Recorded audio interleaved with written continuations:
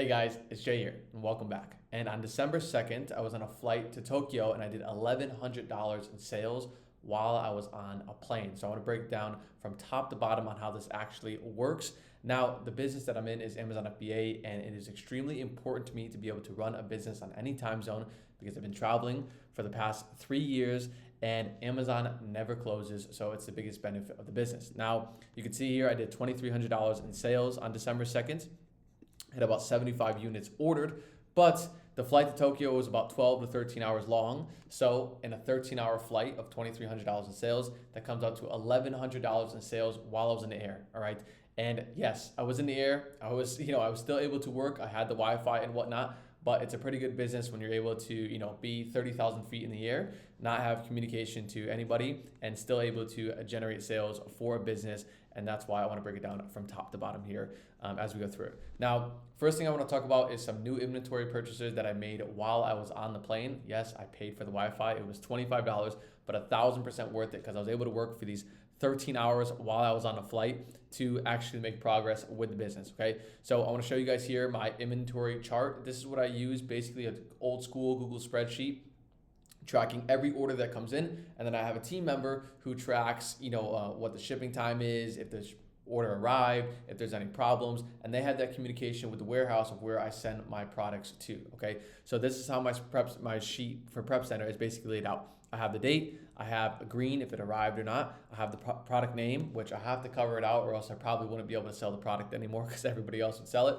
I have the identifier for the product, it's called an ASIN. I have some information here. Then this shows how much money I spent on the product and how many units that I bought, and then my email attached to it. So I spent $3,100 while 30,000 feet in the air. Pretty ironic with the 3 and 3 number. And I bought 100 units of a particular product, and this is the email that I used. The reason why I track this is because I use different emails for different purchases, maybe like an office email, my regular email, or a catch-all email, just so that I can get more orders through to some of the retailers. And I want to track it here so that way I know if I have an issue with the order, I could just go back in here into that particular email. And then I track here which card I use. I have a Chase card, an Amex card, and a Capital One card. All are great for travel miles.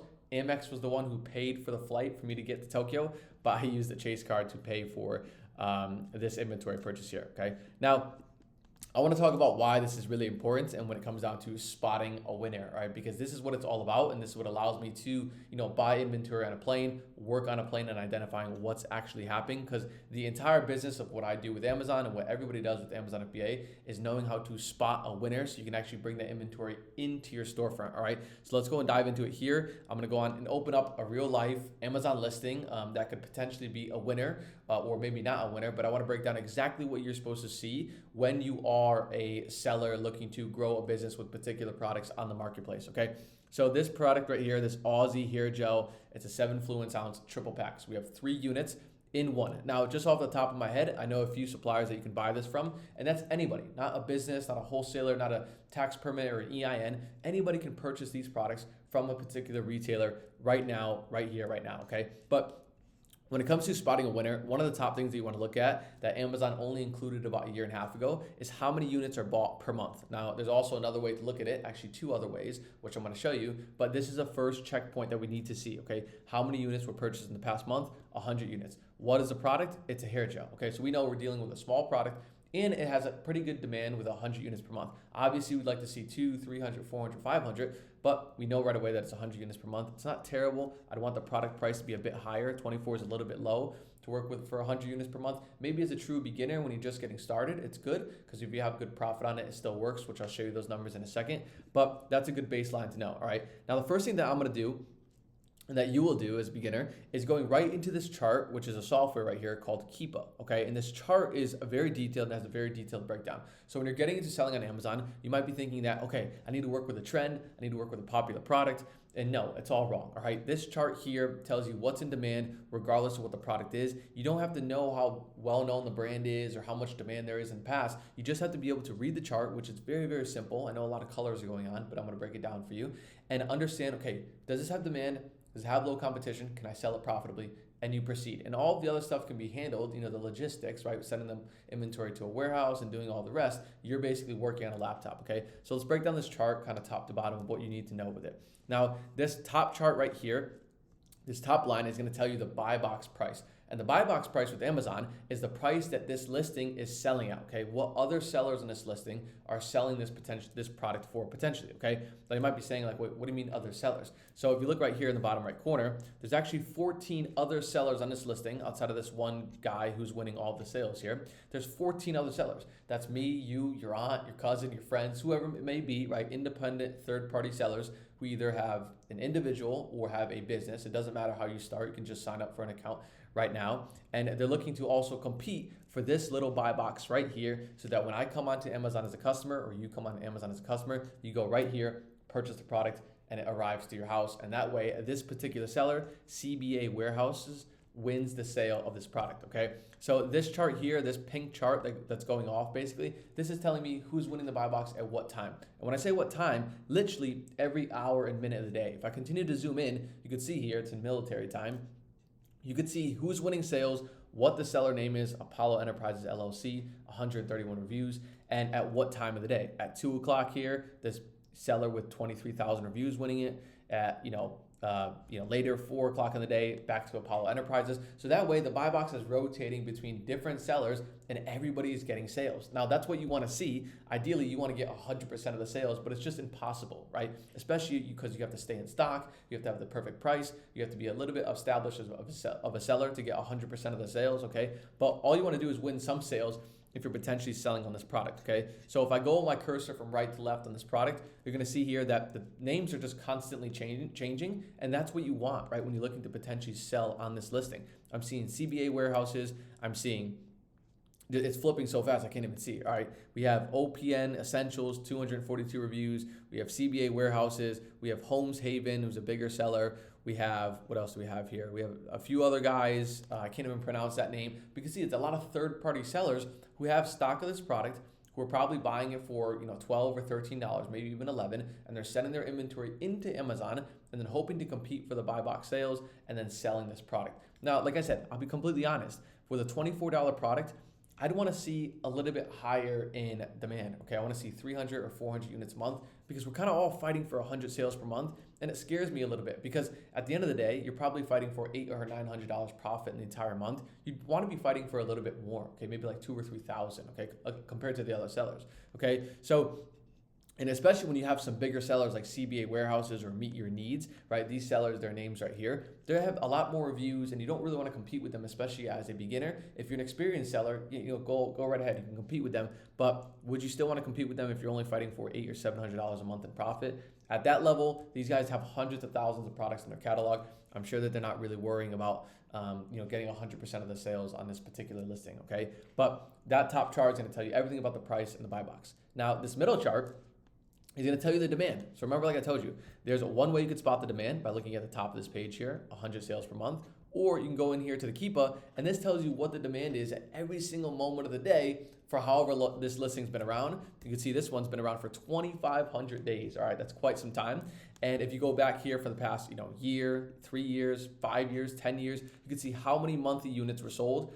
And we're looking at this yellow chart here. Don't even worry about this green graph. Just imagine it didn't even exist. Actually, I'll just turn it off so you guys don't have to worry about it. You don't have to see it and get nervous about it. You just have this yellow chart that tells you the monthly sold. You can see here at a little bit of time here around December, it popped up to 200 sales per month just for a brief period of time. But for the most part, it's been 100 sales per month for the past year. Now, it's not exactly 100 sales per month. Maybe it's 90, maybe it's 110, but it tries to round off there at 100, okay? So that way you know how many units you should buy, how much stock you should carry, compared to how much competition there is, how many times it sells, right? If, for example, I wouldn't buy 1,000 units per month or 1,000 units in 1 month because one, it'd be hella expensive, right, to do it. But also, you'd have to compete with all these big sellers for 100 sales per month. You'd have stock for 10 months. There'd be no point to even do that, all right? Now, there you got on the demand. Now, the last chart here, maybe one of the most important ones to identify, is the other competition. So remember, I told you there's 14 other sellers in this listing right now, but if you look at this chart, it tells you how many sellers there are on this listing, at what time of the day, at what month, what day, what week, what hour. Everything you need to know is right here, okay?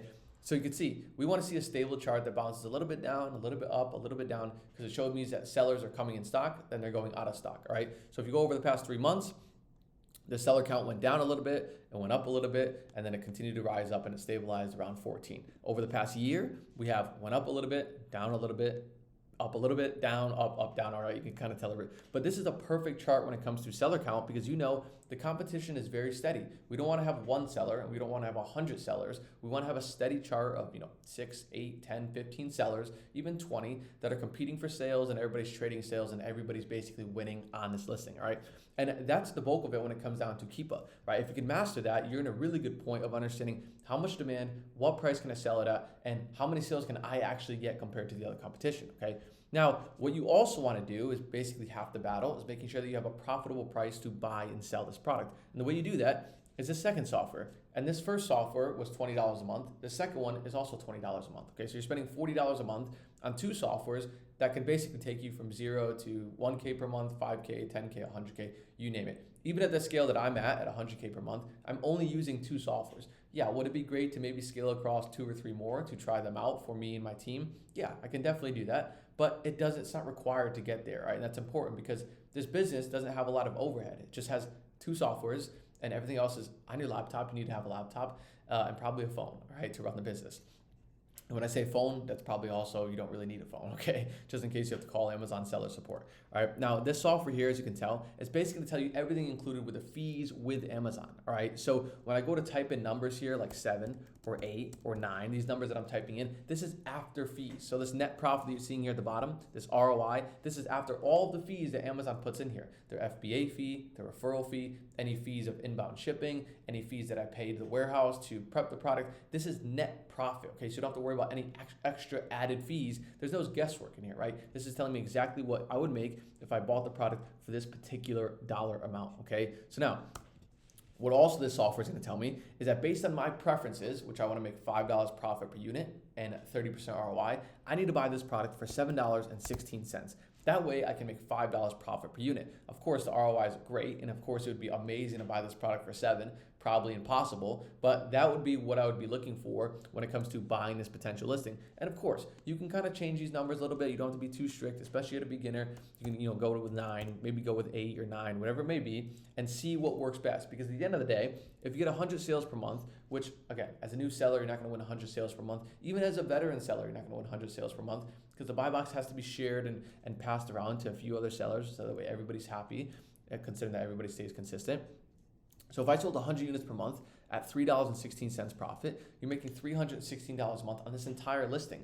If you can win 30% of those sales, you're making $100 per month. Okay, you do that over 5 or 10, 15 listings. Yeah, it's a great and happy story with Amazon, but obviously you want to approach listings that have higher sales per month and a little bit higher profit per dollar. Maybe in the beginning this works really, really well so that we can get some sales volume, you can understand the business, you can make some revenue, some profit, and then expand the business from there. That's what I did, right? When I started in the beginning, I didn't take the best quality products. Of course, you want to make $1 or $2 or $5,000 a month on every single product, but it's just unrealistic. It grows over time, okay? And eventually you will get there. Now, also on this software here, you can see what other sellers are selling this product. Here at the bottom, it's going to tell me if I just hover over their name, their reviews, and how much stock they have. So that way I know what I'm competing with when I jump on this listing.